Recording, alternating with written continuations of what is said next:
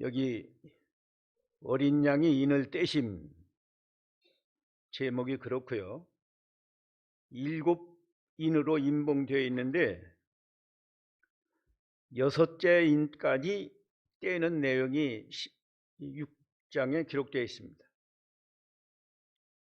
7째 인은 7장을 건너서 8장 1절에 7째 인을 떼시는데 7째 인에서 7 나팔 재앙이 나와요. 그 7 나팔 재앙에 대해서 8장과 9장 2장에 걸쳐서 6째 나팔까지 재앙이 나옵니다. 그리고 10장, 11장은 사파처럼 재앙은 아니고 말하자면 재앙과 관련은 있지만 직접적인 재앙은 아니고 어느 정도는 재앙이겠지만은 7째 나팔을 11장 15절에서 불어요. 그러면 7째 나팔에서 7 대접 재앙이 나오는데 7 대접 재앙은 16장에 가서 나옵니다. 그러니까 12, 13, 14 이건 또 사파처럼 중간에 포함되어 있어요. 이 6째 인이 7년 대환란의 개요라는 말은 요점만 대강 정리했다 그런 뜻이에요. 그러니까 그 7년 대환란이 이 7인에 다 포함되는 거예요. 7인 재앙에 다 포함된다고요.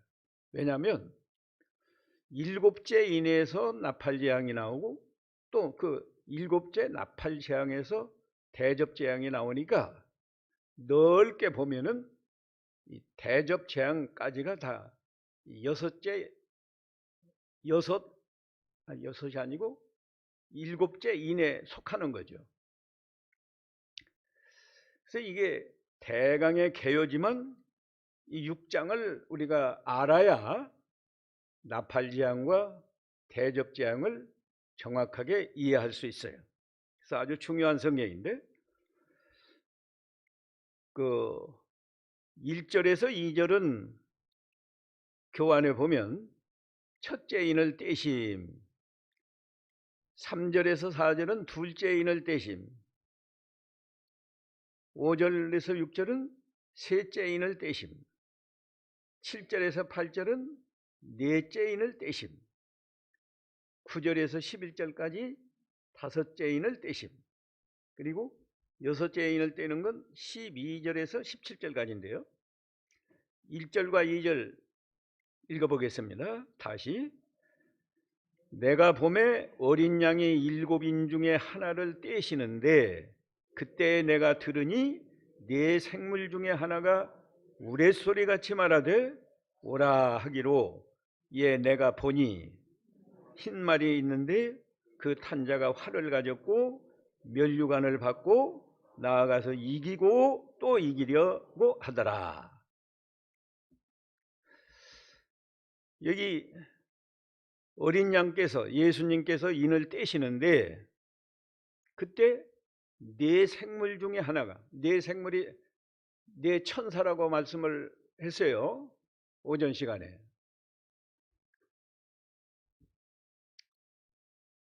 네 천사 중에 하나가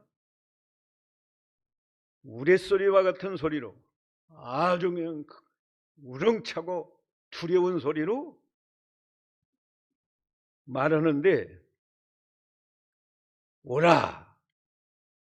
그 말이 그렇게 우렁차고 두려운 소리로 들렸어요. 오라. 그래서 이에 내가 보니 사도 요한이 환상 중에 보는 거예요.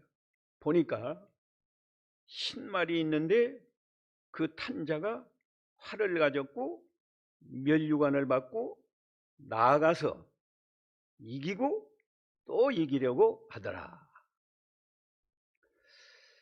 이 흰말 탄자가 누구냐 하는 데 대해서요, 성경을 연구하는 그 소위 박사들이 해석이 여러 가지예요. 여러 가지입니다. 그런데 여기 이 요한계시록만 보아가지고는 알 수가 없고요. 이 요한계시록이 말세 비밀인 하나님의 계시라고 그랬죠. 하나님의 말씀. 근데 이 말세의 계시가 여기만 있는 게 아니고 근원은 다니엘서에 있고요. 또 뭐 구약 성경에도 소선지서, 뭐 스가랴, 요엘, 그리고 우리 예수님이 가장 정확하게 마태 24장에서 말세의 비밀을 말씀하셨어요. 그러니까 우리가 여러 성경을 종합적으로 맞도록 해석을 해야지 어느 한 구절만 가지고 자기 생각대로 해석을 하면 맞지 않아요. 여기 흰말을 탄 자가 뭔가? 적그리스도다. 거짓 그리스도, 적그리스도. 왜 적그리스도라고 하는가?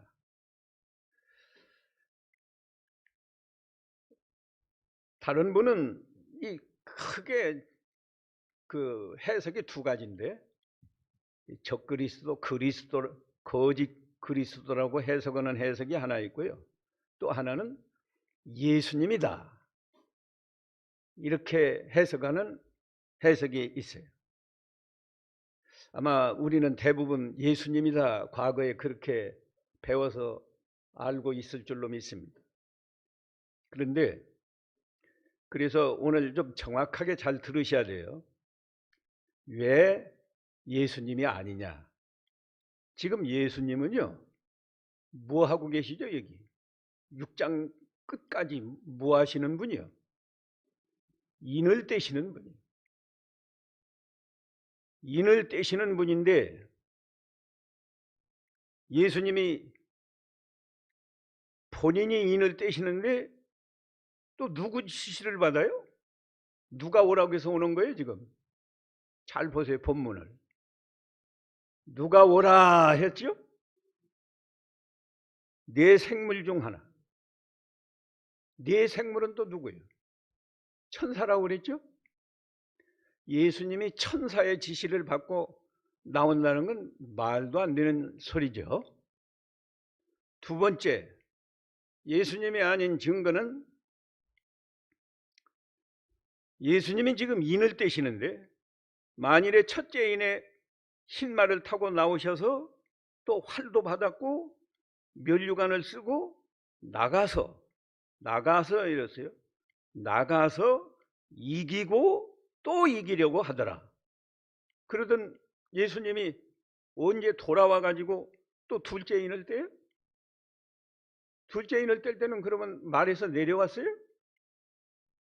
그 문맥에 맞지 않는 거예요. 하나님의 말씀을 문장으로 기록해서 우리에게 주셨기 때문에 이 문맥에 맞도록 해석을 해야 되고요. 문법에도 맞아야 되고, 이 문학적으로 맞아야 되는 겁니다. 그러면 이기고 나가서 이기고 이기려고 하더라, 그러던 분인데 언제 와서 둘째 인을 떼시고 셋째 인을 또 떼시고 넷째 인을 떼시고 다섯째, 여섯째 인까지 떼셨는데, 그리고 또 다시 가서 했다 그런 말 없어요. 세 번째 이유는 이기고 또 이기더라가 아니고 이기고 또 이기려고 하더라. 이 말은 처음에는 이기지만 나중에는 이기지 못한다는 뜻이. 이기려고 하는데 이기지는 못한다. 그러면 예수님이 마태 24장에서 말세론을 말씀하실 때 제일 먼저 무엇을 말씀하셨는가? 흰 말에 대해서 말씀했는가? 붉은 말에 대해서 말씀하셨는가? 또 검은 말에 대해서 말씀하셨는가? 예수님이 하나님의 아들이시고 가장 성경이 다 정확한데 말하자면 예수님의 말씀이 틀릴 리가 있겠어요? 마태 24장 찾아봅시다.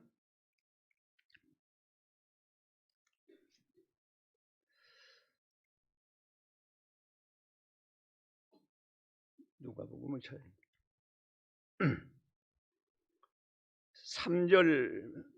3절부터 제가 읽어드릴게요. 마태 24장 3절.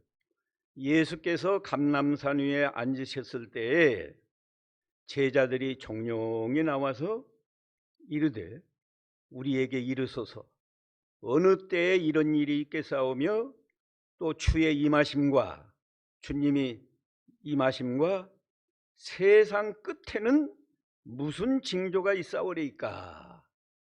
왜 제자들이 이런 질문을 했는가 하면요, 바로 그 앞에서 예수님이 감람산에 앉아서 예루살렘 성전을 보시면서 눈물을 흘리면서 이 성전이 무너져서 돌 하나도 돌 위에 남지 않을 것이다. 인간의 죄 때문에 이 성전이 무너져서 돌 하나도 돌 위에 남지 않을 것이다. 그러니까 제자들이 깜짝 놀란 거예요. 이 거룩한 하나님의 성전, 그 유대인들은, 이스라엘 백성은 하나님의 성전을 얼마나 중요하게 생각하고 하나님 성전에 하나님이 계신 줄로 믿고 안식일마다 와서 제사하고 그러는데 예수님이 이 성전이 무너져 가지고 돌 하나도 돌 안에 남지 않는다 하니까 제자들이 종용이 물어봤어요. 다른 사람이 알면 예수님 바로 잡아 죽인다고 할 거니까, 신성모독죄로 잡아 죽인다고 할 거니까 조용히 물어봤어요. 근데 물어보는 질문이 또 잘 보세요. 어느 때에 이런 일이 있겠습니까? 어느 때? 때를 물었고요. 두 번째, 주의 임하심과 주님이 왕으로 오실 때, 그리고 세상 끝에는 무슨 징조가 있겠습니까? 이게 세상 끝 징조를 말씀하시는 거예요. 세상 끝이니까 말세죠. 예수께서 대답하여 이르시되 너희가 사람의 미혹을 받지 않도록 주의하라. 많은 사람이 누구 이름으로 와서요? 내 이름으로 와서. 내 이름이 누구 이름이요? 예수님의 이름으로 와서 나는 그리스도다 라고 해서 많은 사람을 미혹하리라. 이것이 첫째예요. 말세 징조의 첫 번째가 이 거짓 그리스도가 와서 내가 그리스도다 하고 사람들을 미혹을 시켜서, 심지어 예수 믿는 사람들 다 미혹을 시켜서 믿음 배반하게 만들려고 마귀가 이렇게 역사를 한다는 거예요. 실제로 이 거짓 그리스도가 나오는가? 요한계시록 13장 보세요.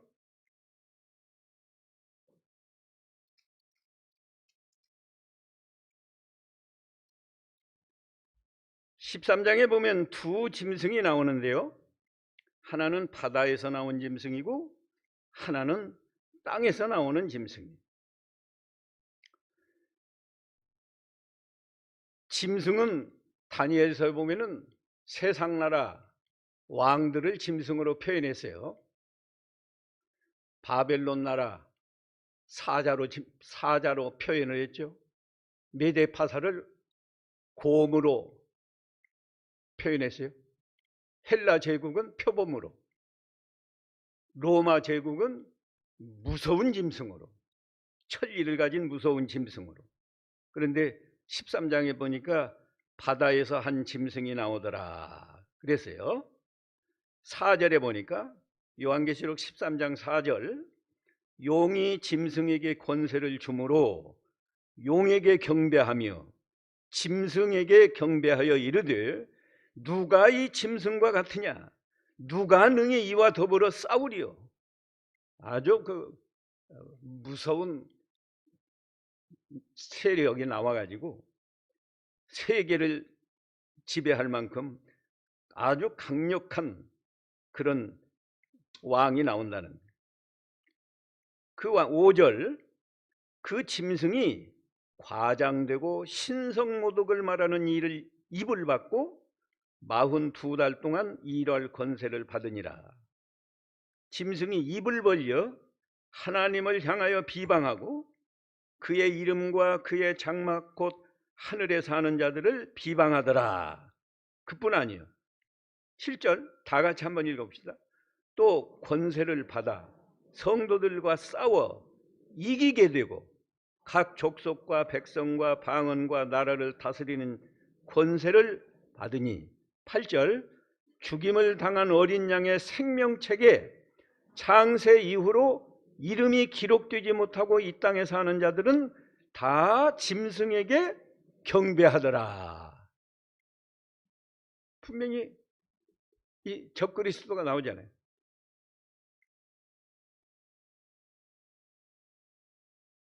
또 15절에 가면요, 이렇게도 표현했어요.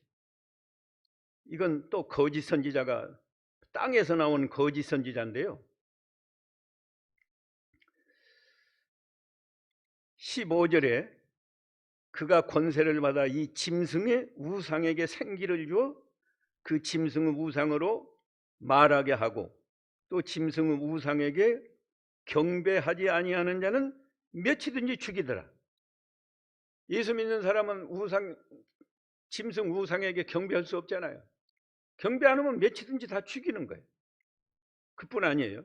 16절에 보니까 그가 모든 자 곧 작은 자나 큰 자나 부자나 가난한 자나 자유인이나 종들에게 그 오른손에나 이마에 표를 받게 하고 누구든지 표를 가진 자 위에는 매매를 못하게 하니 이 표는 곧 짐승의 이름이나 이름의 수라.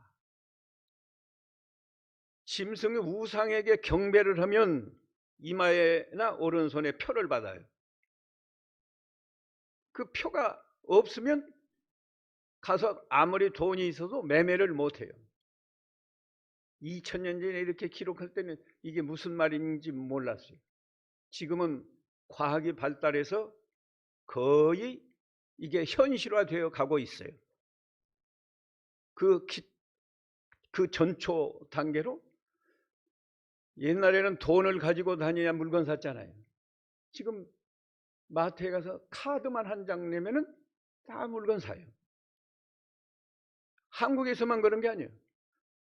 한국 카드를 가지고 일본에 가도 물건을 살 수 있고 미국에 가도 물건을 살 수 있어요.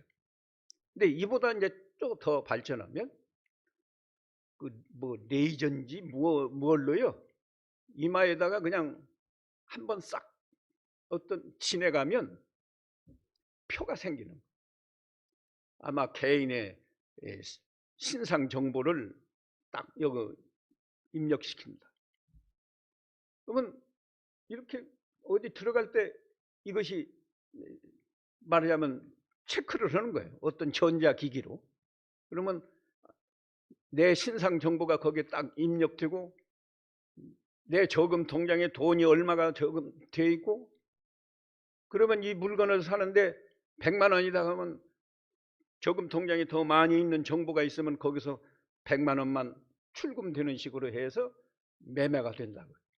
충분히 지금 가능한 시대가 됐어요.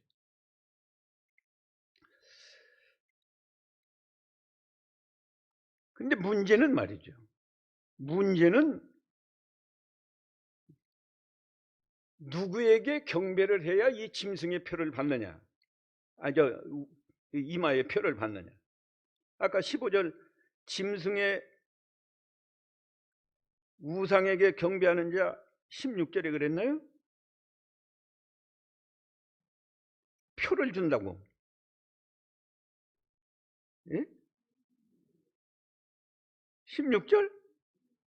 모든 자나 그 모든 자 곧 작은 자나 큰 자나 부자나 가난한 자나 자유인이나 그 종들에게 그 오른손에나 이마에 표를 받게 하고, 경배해야 표를 준다는 말이 있는데요.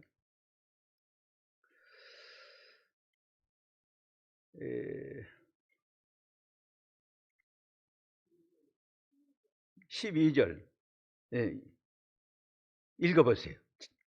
그가 먼저 나온 짐승의 모든 권세를 그 앞에서 행하고 땅과 땅에 사는 자들을 처음 짐승에게 경배하게 하니 곧 죽게 되었던 상처가 나았던 자라. 이건 아닌데요. 경배하고, 예? 15절?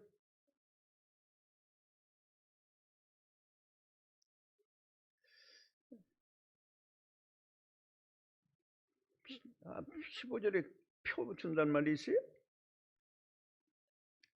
하여튼 제가 뭐 착각을 했는데, 하여튼 우상에게 경배하지 아니하면 살 수가 없는 세상에 와요.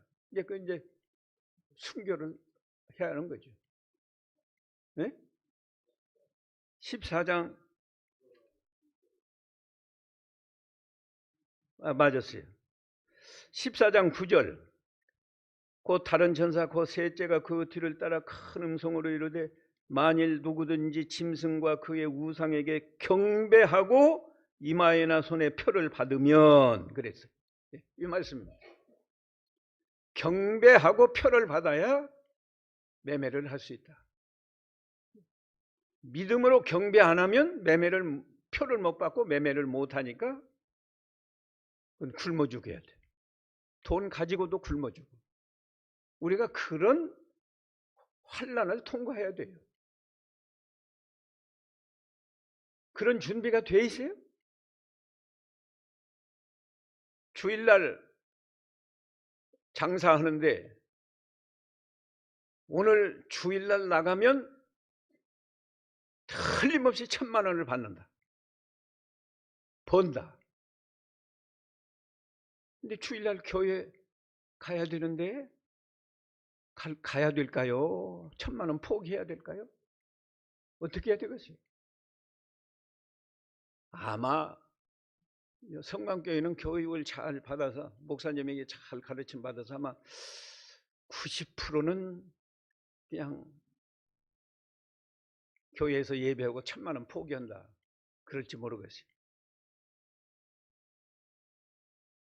코로나 거치고 나니까 교인이 얼마 떨어졌어요? 여기는 별로 안 떨어졌다는 것 같아요. 내가 뭐 잘 모르지만.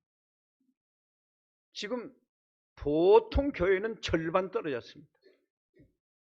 절반.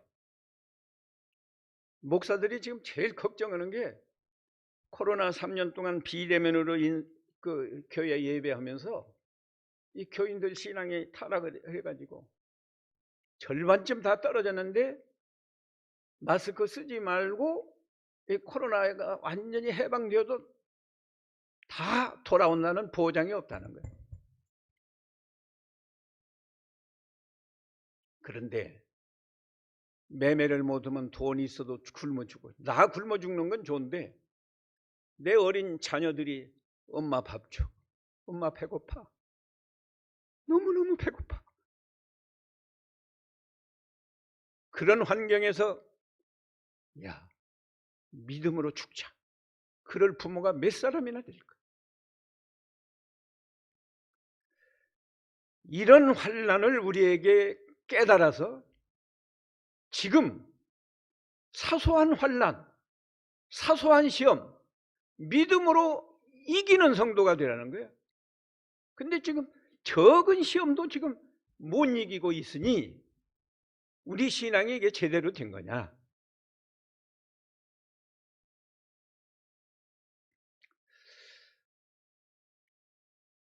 분명히 우리 예수님도 거짓 그리스도가 나오고 거짓 적그리스도가 나와서 내가 그리스도다 하는 사람이 나온다고 첫 번째 말씀하셨고,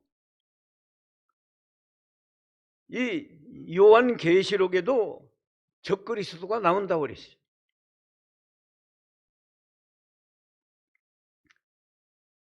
여섯째인 보면 여기 신말 탄 분은, 신말 탄 사람은 6장 1절에서 나오는데 그 다음에는 없어요. 예수님이 진짜로 재림하실 때는 19장 가면 나옵니다. 19장 가면 진짜로 우리 예수님이 흰말을 타고 오셔요. 혼인잔치하러. 자, 조금 더 설명을 해야 돼요.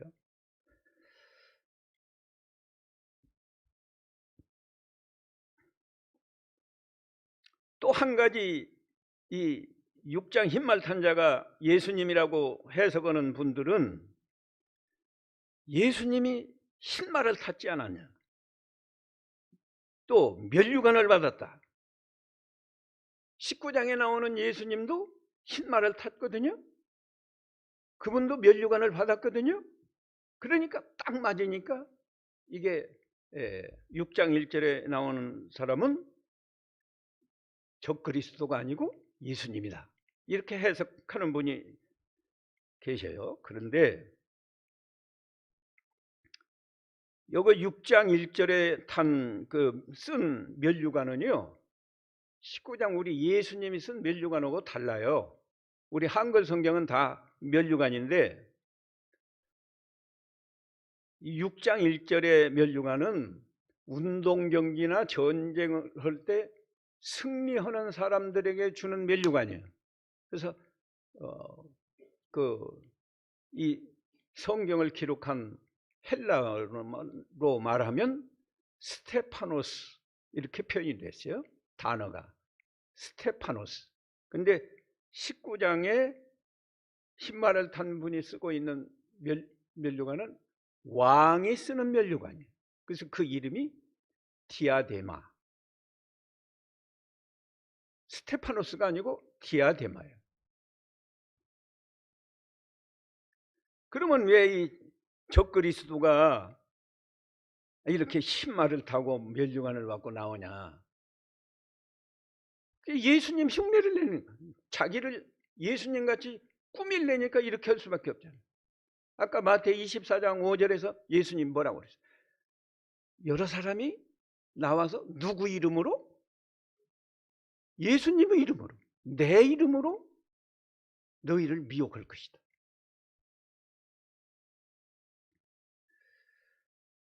이런 이유로 6장 1절과 2절에 말하는 흰말 탄 자는 적그리스도요 거짓 그리스도다. 우리가 말세가 될수록 이 교회를 혼란하게 하는 세력들이 나와요. 지금 우리나라 이미 박태선 씨도 나와서 내가 예수다, 문선명 씨도 나와서 내가 예수다. 그 사람들은 다 죽었어요. 한국에서 참 한국이 유명한 나라예요. 아직도 내가 예수라고 하는 사람 하나 살아있어요. 나이가 나보다 조금 더 먹은 것 같은데. 누구죠? 성씨가 누구요? 이씨? 뭐 이름은 굳이 말 안 하겠습니다. 근데 그런 정도가 아니고요. 이 다음에는 그 사람이 아까 13장에 나오지 않았어요? 얼마나 마귀의 능력을 받는지 우상에게 말하게도 해요. 그 거짓 선지자가 나와가지고 우상에게 말해라. 그러면 그냥 돌로 만들었든지 금으로 만들었든지 생명이 없는 그것이 말한다고 말해. 너희는 내게 경배하라. 그러면 사람들이 다 경배하게 돼 있어요. 그 정도로 하고요. 이제 3절 둘째 말 나오는 거, 둘째 인을 떼실 때, 여기 인을 떼실 때는 떼신다는 종경어를 썼죠. 근데 아까 흰말을 탈 때는 흰말 타시고 나온다고 그러지. 흰말을 있는데 타신 자가 활을 가졌어요. 탄 자가 활을 가지고 나왔어요. 탄자라고 표현되어 있어요. 그러니까 여기 흰말 탄 분은 분이라고 해서도 안 되는 건데, 흰말 탄 자는 이 적그리스도가 분명해요. 우리가 그런데 미혹이 되지 않도록 평소부터 우리가 진리에 굳게 서야 돼요. 둘째 떼실 때 내가 들으니 둘째 생물이 말하되 오라. 천사가 오라 하니까 예수님이 말 타고 나왔다고 하면 천사가 높아요? 예수님이 높아요? 천사가 높지 않아요. 우리 예수님이 그럴 수가 없는 거예요.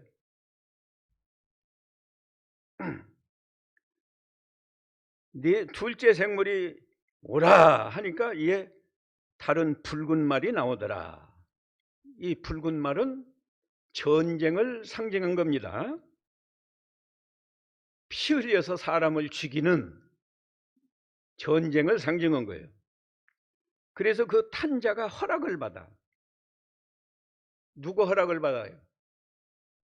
하나님의 허락이 있어야 전쟁도 일어나고 마귀가 미혹도 하고 그러는 거예요. 허락을 받아 땅에서 화평을 제하여 버리며 서로 죽이게 하고 또 큰 칼을 받았더라. 이 전쟁 상징하는 게 나오잖아요.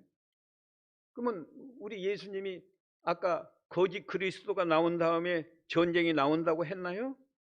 읽어봐야 돼요. 아까 1절에서 몇 절까지 읽었었죠? 5절까지 읽었어요. 5절에 마태복음 24장 5절에 많은 사람이 내 이름으로 와서 이르되 나는 그리스도라 하여 많은 사람을 미혹하리라. 그 다음에 난리와 난리 소문을 듣겠으나 너희는 삼가 두려워 말아라. 난리와 난리가 평화요 전쟁이요? 전쟁 아니요? 예수님이 말씀하신 말세론하고 이 사도 요한이 말씀한 말세론하고 순서가 똑같아요. 셋째 말입니다. 오늘 왔다 갔다 하니까 정신 차려야 돼요. 요한계시록 6장 5절, 이게 그 사이다가 이런 것도 하나씩 갖고 다니면서 요한계시록 6장에도 이렇게 끼워놓고 마태 24장에도 나는 그것이 두 개 아니라서 이런 거 하나 주보 접어서 끼워놨어요. 5절 셋째 인을 떼실 때 내가 들으니 셋째 생물이 말하되 오라 하기로 내가 보니 검은 말이 나오는데 그 탄자가 손에 저울을 가졌더라. 왜 저울을 가졌을까요? 물건 저울로 달아서 팔으려고. 특별히 곡식을 저울로 달아서 팔으려고.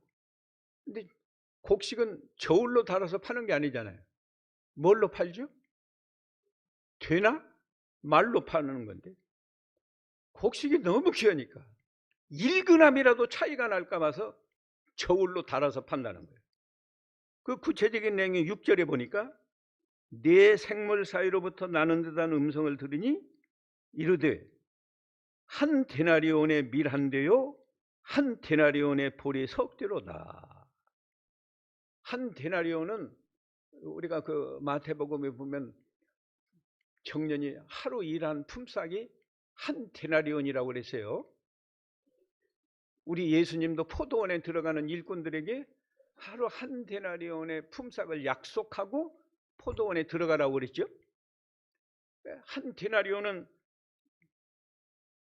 장정이 가서 하루 노동한 대가 품삯인데 그걸로 곡식을 겨우 밀 한 대밖에 못 사요.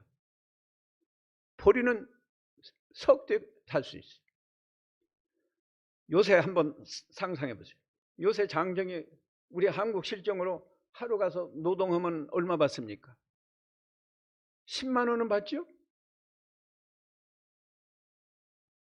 임금이 올라가서 뭐 15만 원도 준다고 그러더라고요. 하여튼 10만 원 받읍시다.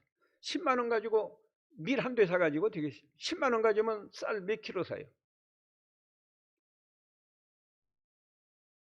4킬로? 8킬로? 20킬로짜리 쌀 그 푸대 있잖아요. 나는 쌀값 잘 계산 못하니까 우리 집사람한테 그 뭐라고 소리 듣는데 쌀값 얼마예요? 아니 우리 여성도들은 다 마트 가서 쌀 샀으니까 알 거 아니에요. 20kg 얼마예요?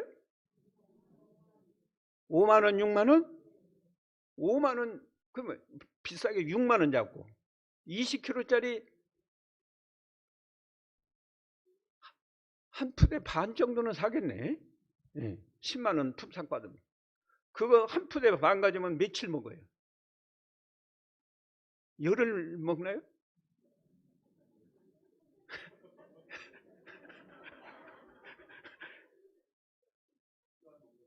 네, 2달.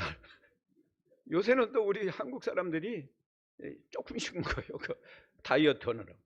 근데 여기 얼마나 곡식이 귀하면 장정이 일해서 밀 한 대 사니까 그 사람들은 빵을 주로 먹는데 밀로 빵 만들지 보리로 빵 만든다고 해도 석 대 가지고 빵 며칠 먹었어요. 요새 한국 물가가 많이 올라갔죠. 콩물가는 안 올라갔어요? 콩물가가 얼마 전에 올라갔다고 빵값을 올려야 된다고 막 야단하더라고. 왜 빵값이 올라갔죠? 우크라이나하고 러시아하고 전쟁하는 바람에 우크라이나에 밀이 창고에 그냥 몇십만 톤이 쌓여 있는데 수송을 못해요. 수송을 못하니까 세계 곡물가가 올라갔어요.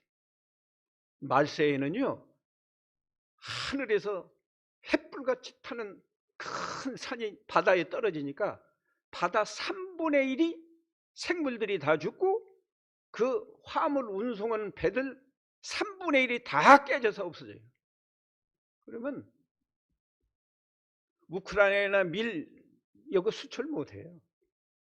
그러니까 쌀값이 올라가 가지고 하루 일해야 밀 한 대밖에 못 산다.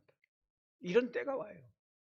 굶어 죽을 각오도 해야 되고 우리가 굶어도 믿음을 지켜야 된다고. 제가 누누이 말했어요. 에베소 교회에 자른 것이 8가지나 된다. 근데 한 가지 처음 사랑을 잃어버렸다고 사랑이 많은 예수님께서 뭐라고 말씀하셨는가 하면 회개하지 아니하면 내 촛대를 옮긴다. 촛대가 교회라고 했는데 교회를 옮겨버린다. 교회를 인정할 수 없다는 거예요. 하나님 믿는 사람으로 인정할 수 없다는 거예요. 우리는 대충 내가 몇 가지 잘하니까 그래도 나는 구원받았어. 에베소 교회는요 우리보다 얼마나 더 잘한 것이 많은지 몰라요. 한 말씀을 지켜야 됩니다. 한 말씀. 내가 성경을 배워서 알면서도 내가 순종 못하는 것이 무언가 생각해 봐야 돼. 그 중에서 제일 중요한 게 사랑이에요. 사랑. 이 귀가 닳도록 제가 말씀하는 건데 가정에서 남편이 아내를 어떻게 사랑해야 되죠? 어떻게? 자기 몸같이 사랑하라고 했다. 자기 몸같이. 그렇게 사랑하는 남편은 행복한 남편일까요? 불행한 남편일까요? 최고로 행복한 남편. 최고로. 돈이 없어도 아내만 보면 참 행복한 거예요. 아내들 보고는 자기 남편을 어떻게 하라고 했어요? 돈 못 벌 때는 몇 시에도 좋다. 성경에 그렇게 기록되어 있어요? 남편을 경외하라. 남편은 아내의 머리다. 머리. 머리 없으면 죽어요. 머리 있어도 머리에서 병이 나서 뇌혈관이 터지든지 뭐 하면 그건 사람 구실 못하는 거예요. 다리가 하나 없어도 사람이 좀 활동할 수 있는데 머리 핏줄 하나 터져가지고 이 뇌출혈이 돼서 그 무슨 병이에요? 중풍 걸리면 사람 구실 못해요. 남편을 그렇게 머리처럼 귀하게 여기고 존경하고 그렇게 사랑을 하는 거예요. 그게 실천이에요. 그렇게 실천하는 아내는 아무것도 없어도 집에서 남편만 바라보면 행복한 거예요. 내 머리가 여기 계시다.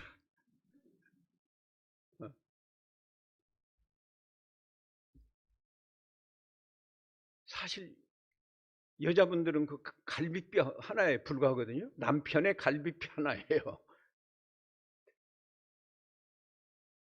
남편을 그렇게 소중히 여기고 사랑해야 되는데 안 믿는 사람도 너무너무 사랑해서 인꼬부부라고 하는데 예수 믿는 부부가 부부싸움하고 교회 와서 주여 주여 하면은 주님이 그 기도 듣겠어요?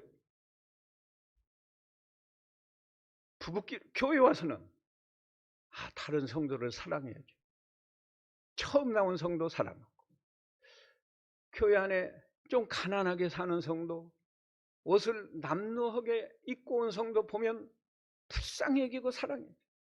근데 교회에서마저 저분은 가난하구만. 멸시해도 좋아. 잔치집에 가면 그냥 잘 입은 손님만 여기 앉으세요 여기 앉으세요. 그 사람은 거들도 보지도 않아. 그게 성도의 사랑이에요. 성도의 사랑은 원수까지 사랑을 하고 그랬어요. 원수까지.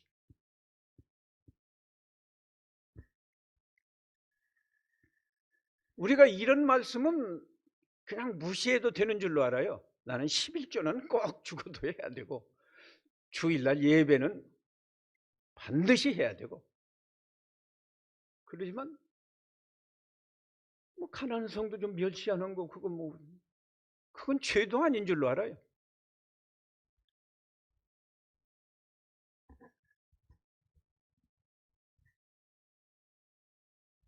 원수를 사랑하라 했으니까 교회 오면 한 사람도 미워하면 안 돼요. 양심적으로 내가 저 사람은 좀 만나는 게 꺼려진다. 그러면 안 되는 거예요. 꺼려지는 사람이 있으면 먼저 가서 악수하고 안녕하세요. 좋은 자리로 안내하고.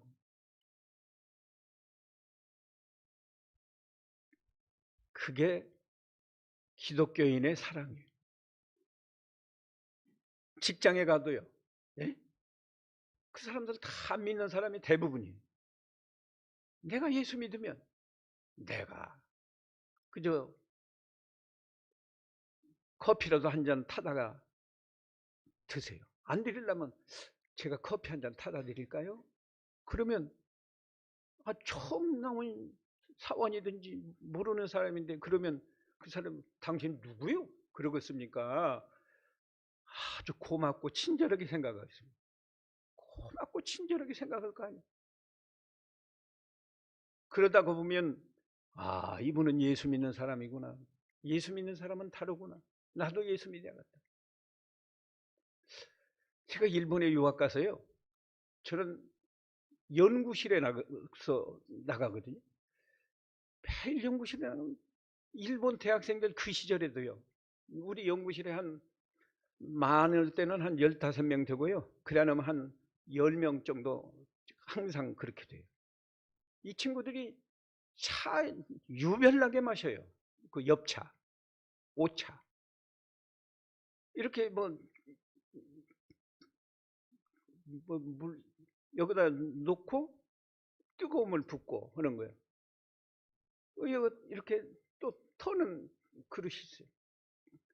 마지막 그건 있는 채로 그냥 거기다 올려놓고는 퇴근 시간 되면 다 퇴근하는 거예요.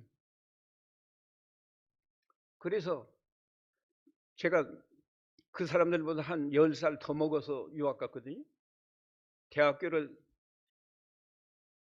9년 만에, 고등학교 졸업하고 9년 만에 갔으니까. 그래서 또 내가 예수 믿는 집사거든요. 안수 집사로 유학 갔어요. 그러니까 내가 모범을 보여야 되겠다. 한국 사람으로서, 예수 믿는 사람으로서, 너희보다 내가 인생 선배로서 모범을 보여야 되겠다. 아침에 일찍 가서 청소하고, 그거 아주 이거 있어요. 차 마시고, 차 끓이고 마시고, 컵 놓는 자리, 그거 다 정리해서 놓았더니 당번이 있거든요. 나보다 10살이나 어린 후배가 그 이튿날 와가지고, 아 이거 누가 청소했냐 그랬어요. 아, 내가 했다. 그랬더니 화를 내는 거예요. 내가 아침에 와서 청소하려고 했는데, 내가 어저께 당번이기는 하는데 어저께 그냥 친구 따라서 일찍 퇴근했기 때문에 오늘 일찍 와서 하려고 했는데 왜 했느냐 이거예요. 그래서 화를 내더라고. 그래서 나는 좋은 뜻으로 했다. 너 도와주는 의미로 내가 한 것이다. 그랬더니 그래 도와내더라고. 그걸 이제 나는 이제 석사 과정으로 말하자면 연구생이고, 그 우리 연구실에 제일 선배 박사 과정도 아니야. 그 사람은 박사예요. 조수하는 사람인데 그걸 본 거예요.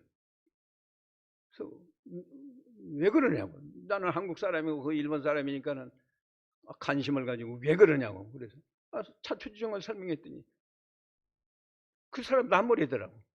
네가 잘못해놓고 왜 어저께 청소하고 가지 그래 않고 고상에 이렇게 했는데 그러네요. 그 다음에는 다시 안 온 게 아니에요. 다른 사람이 또 안 오고 그냥 가면 내가 일찍 가서 또 그 청소해주고. 얼마 가니까요. 얼마 가니까 그들이 나를 존경해. 내가 귀국할 때요. 학생으로서는 선배요. 공항까지 나와서 일본 사람이 누구 친구 어디 외국 간다고 그렇게 공항까지 안 가요. 공항까지 선물 사가지고 왔는데 나는 이미 체크하고 안으로 들어가서 방송에 자꾸 내 이름을 부르는 거예요. 그래서 뭔 일인가 하고 그 입구로 나가 보니까 선물을 사가지고 왔어요.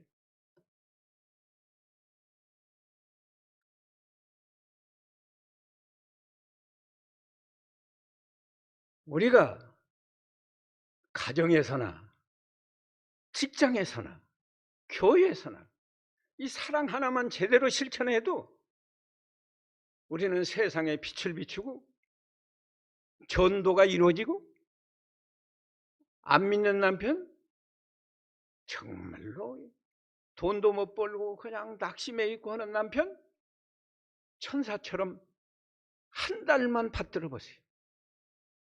노가지입니다. 노가지. 한두 번 할 때는 또 안 믿어요. 이 정신 나갔나? 뭐 갑자기 잘하면요. 갑자기 잘하는데 이게 정신 나갔나? 뭐 그렇게 생각하는데 꾸준히 변함없이 해보세요. 한 달만 하면요. 굴복합니다. 내가 잘못했습니다. 내가 죽이려입니다 하고 굴복해요.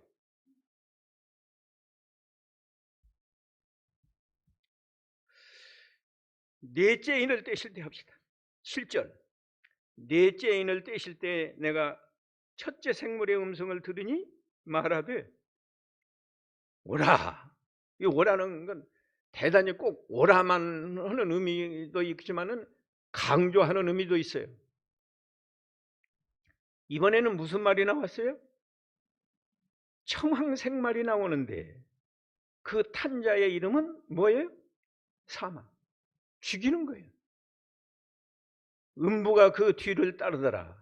음부는 죽은 영혼이 가는 곳, 때로는 그 불신자가 죽으면 가는 곳, 두 가지 의미가 다 있는데요. 사람이 죽었으니까 음부에 가야 되죠. 보통 죽음이 아니에요.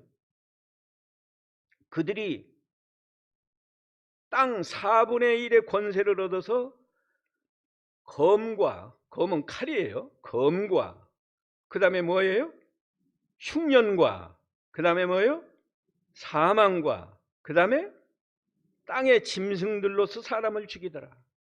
땅 4분의 1이 죽임을 당하는 거예요. 그게 청황생말이에요. 그러면 예수님은 이 순서에 맞나? 또 찾아봐야지. 마태이 24장. 아까 나라가 민족이 민족을 치고 나라가 나라를 대적해서 일어나는 건 무슨 말이었어요? 붉은 말. 그 다음에 그 다음 바로 읽어보면 뭐가 나와요? 기근과 지진이 있으리니 그랬죠? 기근 나와요. 이 기근은 아까 무슨 말이죠? 검은 말. 그 다음에 뭐가요? 8절에 보니까 이 모든 것은 재난의 시작에 불과하다. 이보다 더 큰 재앙이 있다. 나팔 재앙이 있고 그런 재앙이 있다. 9절에 그때 사람들이 너희를 환난에 넘겨주겠으며 너희를 살리리니 그랬어요. 죽이리니 너희가 내 이름 때문에 모든 민족에게 미움을 받으리라. 죽인다고 하잖아요. 예수님이 말씀한 순서 똑같아요. 사도 요한이 계시받은 내용도 똑같아요. 표현만 달라. 흰말 거짓 그리스도 다음에 붉은 말 다음에 검은 말 다음에 청황색 말.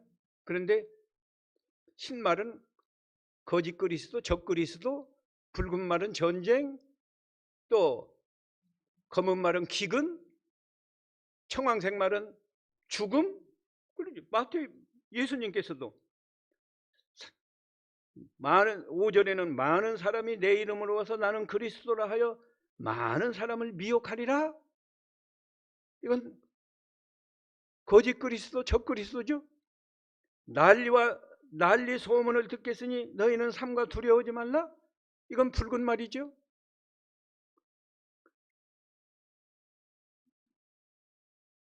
또 민족이 민족, 나라 거기까지 붉은 말 계속 되는 거고 7절 하반에 보면 기근과 지진이 있으리니 기근은 검은 말이죠. 사람들이 환난에 넘겨주고 너희를 죽이리니 여기 너희는 우리 성도들을 말한 거예요. 너희가 내 이름 때문에 모든 민족에게 미움을 받으리라. 이게 청황색 말 맞죠?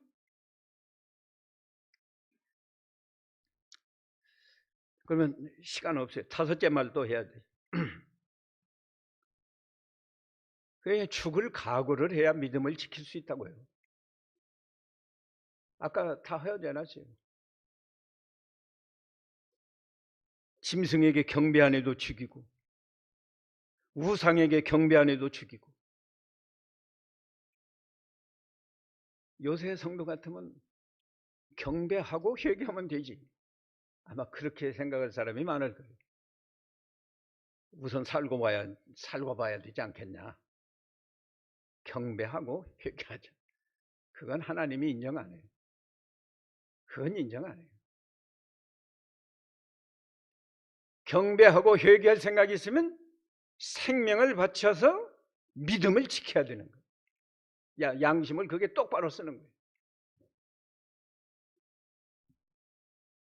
경배하고 회개하겠다는 건 자기 욕심 다 채우고 회개하겠다는 거예요.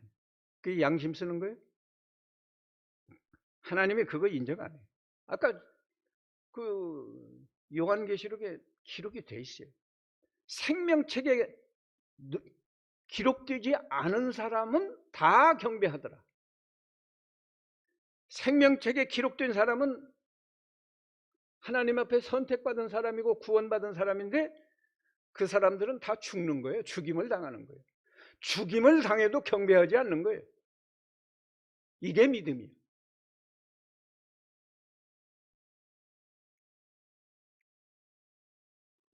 이런 믿음을 지키면요, 다 죽이는 것도 아니에요.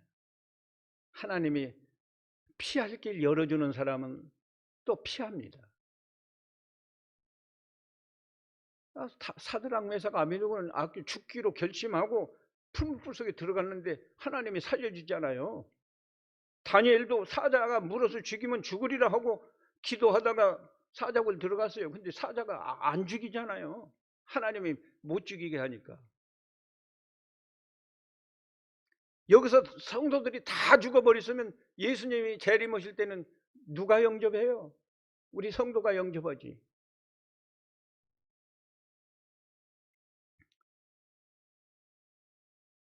다섯째 인이 또 중요해요. 그러니까 이 넷째 인에서 벌써 순교자가 나오는 거예요. 넷째 인에서 순교자가 나오고 9절에 다섯째 인을 떼실 때 내가 보니 하나님의 말씀과 그들이 가진 증거, 증언 때문에, 증거라는 건 예수 믿는 증거예요.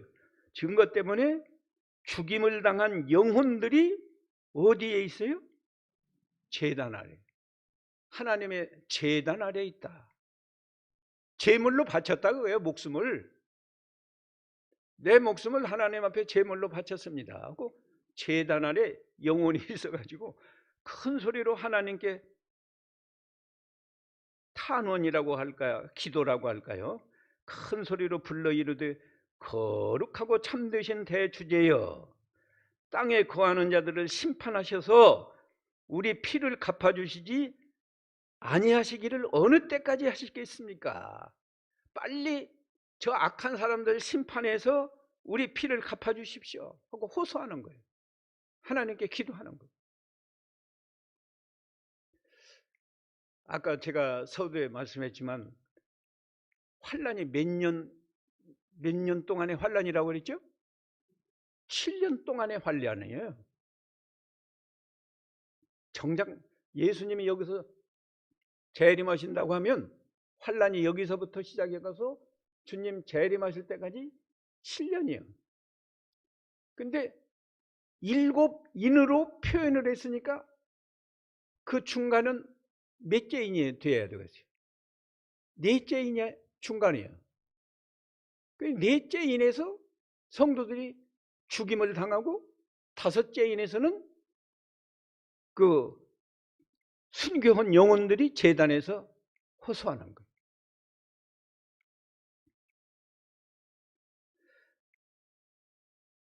그러니까 하나님이 그 기도를 또 들으시고 대답하는 것이 11절에 기록되어 있습니다.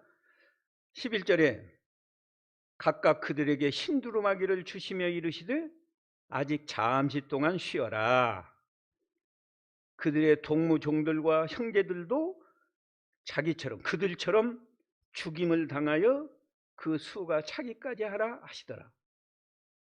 그러니까 주님이 재림하시면 이제 이 사람들 원수 다 갚아주는 건데 그동안에 먼저 순교한 사람들이 있고 아직도 순교할 사람들이 남아있는데 하나님이 정해놓은 숫자가 있다 이거예요.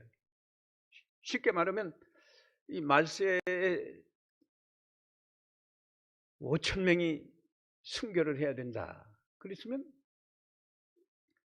지금 죽은 사람은 가령 한 3,000명이나 2,500명 죽었다. 아직도 그 숫자가 더 차야 되니까 그 숫자가 찰 때는 환란이 끝나는 때예요. 근데 길어봤자 3년 반이고요. 왜 3년 반인가 하면 환란의 시작은 비교적 괜찮아요. 가볍다고. 환란은 환란이지만 가벼워. 게다가 아까 여기도 나왔지만 예수님이 죽이더라 하는 때는 벌써 중간쯤 와서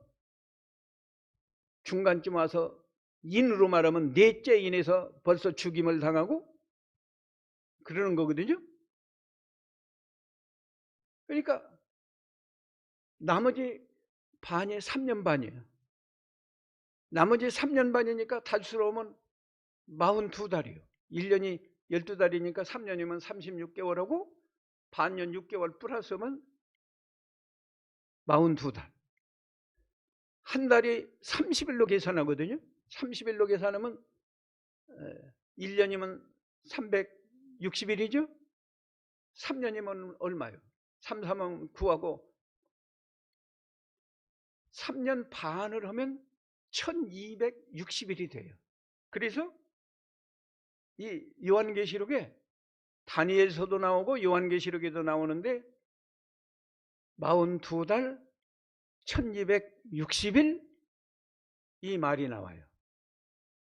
그러니까 우리가 순교를 한다고 해도 길어야 3년 반. 맨 처음에 순교를 했다고 해도 3년 반만 참으면 주님이 백마를 타고 오셔서 우리는 그 주님을 영접할 수 있는 거예요. 3년 반 더 살라고 나는 절하고 이 다음에 회개해야 되겠다. 그러면 생명책에서 지워버릴지 몰라. 또 그거 오해할 수 있는 말씀인데 지운다는 말은 무슨 말인가 하면 너는 구원받은 줄로 알았지만 너는 생명책에 기록되지 않은 사람이야. 그런 뜻이에요. 여섯째 인합시다.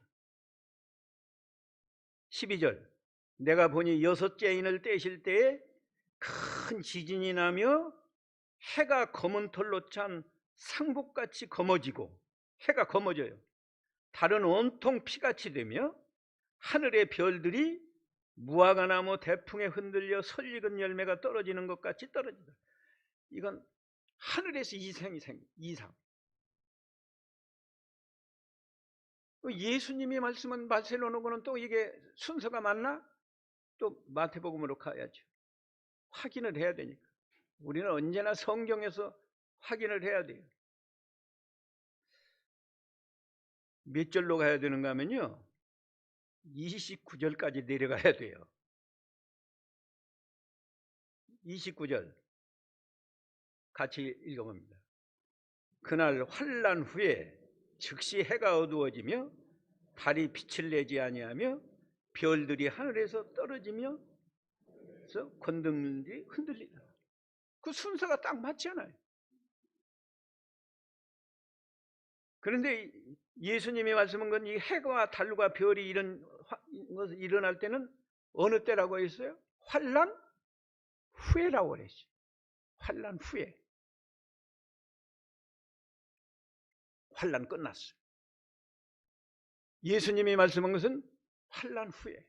이제 새 하늘 새 땅이 이루어지려고.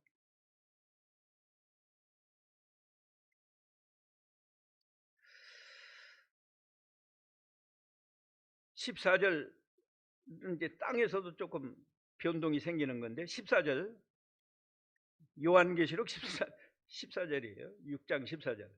하늘은 두루마리가 말리는 것 같이 떠나가고 각 산과 섬이 제자리에서 옮겨지매. 이 땅에서도 이런 변동이 생깁니다.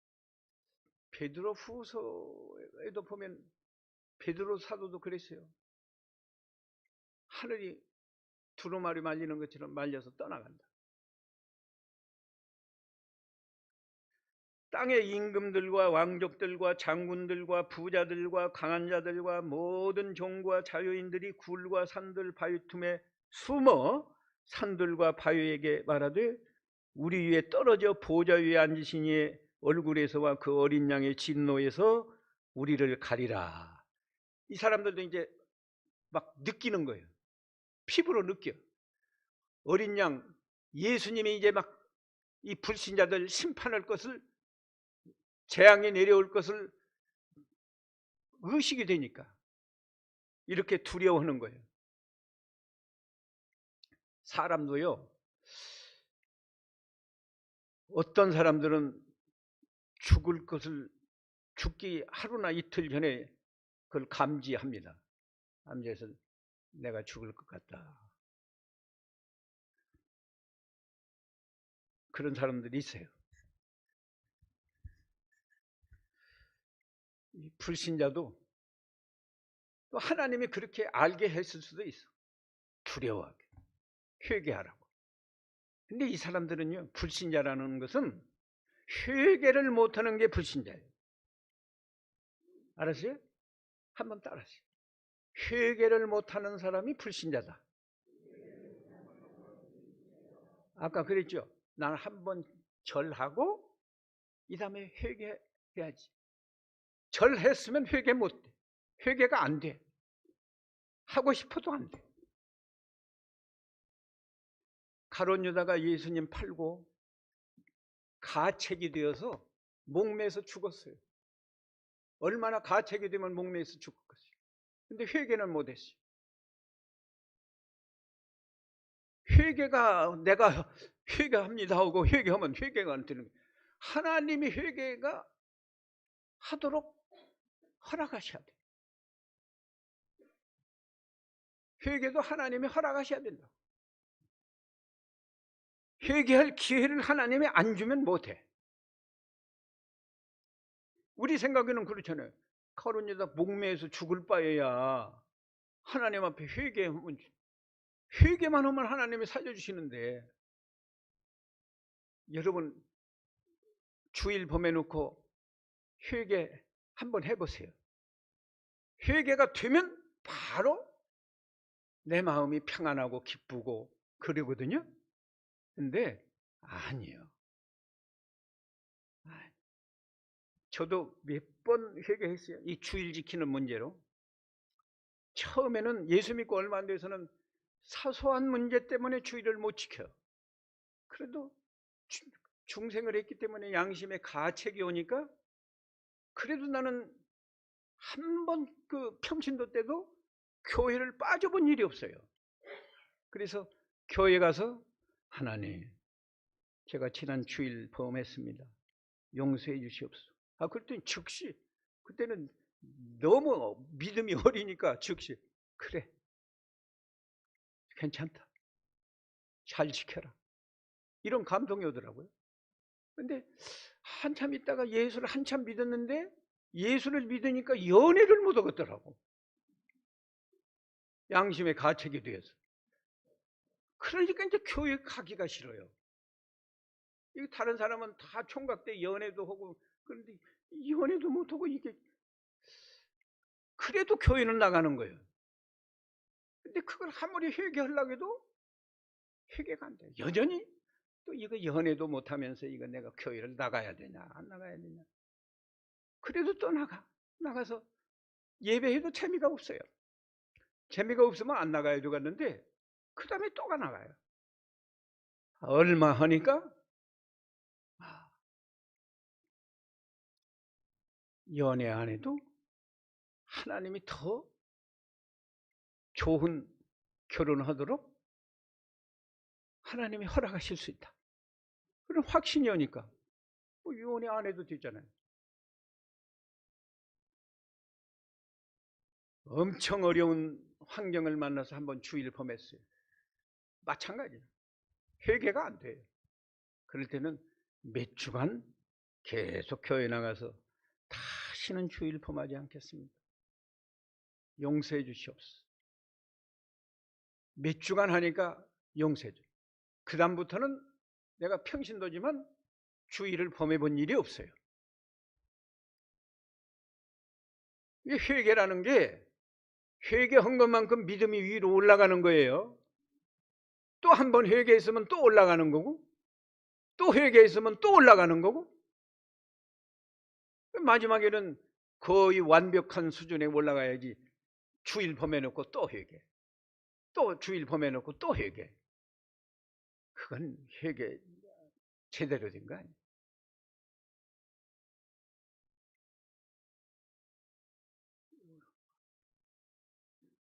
오늘 여기까지 합시다.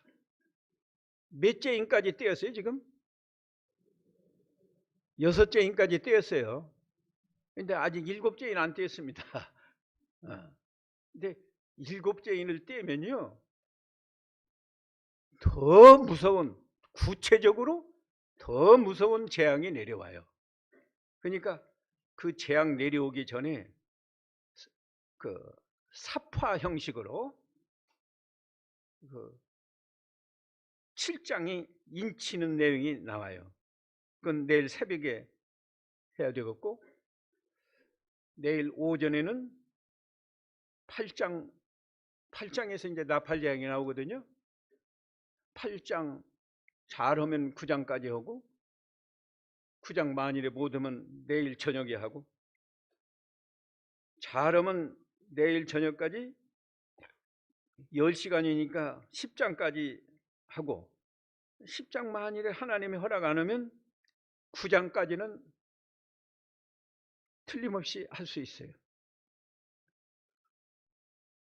기대하십시오. 환란을 기대하는 거예요. 나팔 재앙의 환란, 무시무시한 환란입니다. 근데 제가 미리 안심시키기 위해서 나팔 재앙이 7나팔이니까 7가지 재앙이거든요. 넷째 나팔까지는 우리 성도도 안 믿는 사람과 같이 똑같이 환란 받아요. 곡물가 올라가니까 불신자만 곡물가 올라가네. 우리 예수 믿는 사람도 곡물가 올라가지. 하나님이 눈 내리니까 불신자 집에만 눈을 내려요? 우리 믿는 사람도 다 눈이 내리고 미끄러운 길 다 성도도 다 차 운전하고 가고. 나팔 재앙 넷째 나팔까지는 우리 성도도 그 재앙을 받아요. 근데 5째 나팔, 6째 나팔, 7째 나팔은 하나님이 면제해 줘. 그 얼마나 감사해요. 그게 더 무서운 재앙인데 그건 감해줘. 예수님도 감해준다고 그랬어요. 마태 24장 21절에 보면은 그것도 아직 9시 전이니까 아까 마태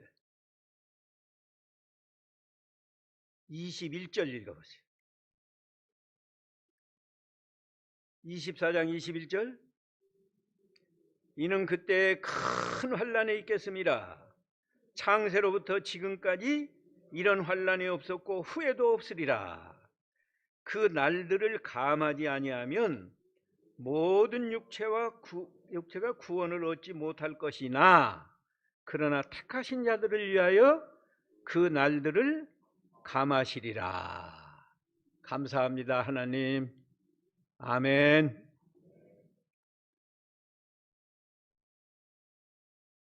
그러나 환란이 어느 정도 받아요. 아까 그 어느 정도라는 말이 아까 13장에서요. 우상에게 경배 안 하면 다 죽이는 재앙이에요. 이런 믿음 준비를 하라는 거예요. 그래서 사실은 어쩌면 우리는 7년 대환란하고는 관계가 없을지 몰라요. 저 같으면 뭐 언제 죽을지 몰라요. 내일 하나님이 뭐라 하면 가는 거고 몇 달 후에 뭐라 하면 또 가는 거고 1년이나 2년 후에 오라 하면 가는 거고. 그러면 예수님이 재림하시기 전에 7년 대환란은 직접 안 겪잖아요. 그러면 상관없는 거예요? 그건 요한계시록 공부 안 해도 되는 거예요?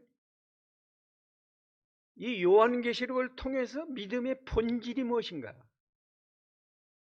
믿음의 본질이 하나님의 말씀을 창세기 1장 1절로부터 요한계시록 22장까지 아는 범위 내에서는 다 믿고 순종하는 것이 믿음의 본질이다. 그 믿음이라고 하는 것은 내 목숨보다도 더 귀하고 가치가 있기 때문에 목숨을 바쳐서 믿음을 지켜야 된다. 믿는 사람들이 모인 교회의 본질은 뭐냐? 교회의 본질은 믿음이고 사랑이다. 믿는 사람이 모였잖아요. 여기 모인 사람들은 다 목숨 바쳐서 믿음 지키는 사람들. 이 사람들에게서는 사랑만 있지 미움은 없는 사람. 그게 교회예요. 그게 교회. 하나님을 사랑하면 하나님 말씀을 잘 순종하고, 사람을 사랑하면 사람에 대한 계명, 부모를 잘 공경하라. 6계명은 뭐요? 살인하지 말아라. 7계명은 뭐요? 간음하지 말아라. 8계명은 뭐요? 탐내지 말아라. 에? 도적질하지 말아라. 순서가 틀렸네. 도적질하지 말아라. 그 다음에는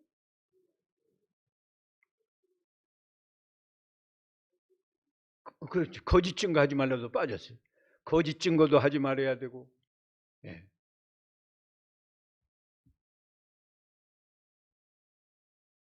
우리가 말로만 사랑하지 다른 사람 거짓말할 때가 얼마나 많아요. 내가 이 성광교회 김영진 목사님 계실 때 첫 번에 사경에 와서 야고보를 강해했다고 그래요. 근데 나는 강해한 줄만 알지 구구절절 뭐라고 했는지는 모르는데, 여기 최삼균 장로님이 홍 목사님에게 말해줬대요. 고 목사님이 와서 사경에 오는데, 사과장사 하면서 미치고 판다 소리 하지 말아라. 그게 거짓말이다. 그것이 그냥 우리 최 장로님 마음에 딱 꽂혀가지고 지금까지 기억한다고 그러시더라는 거예요. 그거 하나 잘 기억한 것만 해도 최삼균 장로님은 참 은혜 받은 분이에요. 장사하면서 그 말하기 쉽지 않아요. 이거 안 믿지면서도 이렇게 하면 제가 믿지고 파는 겁니다.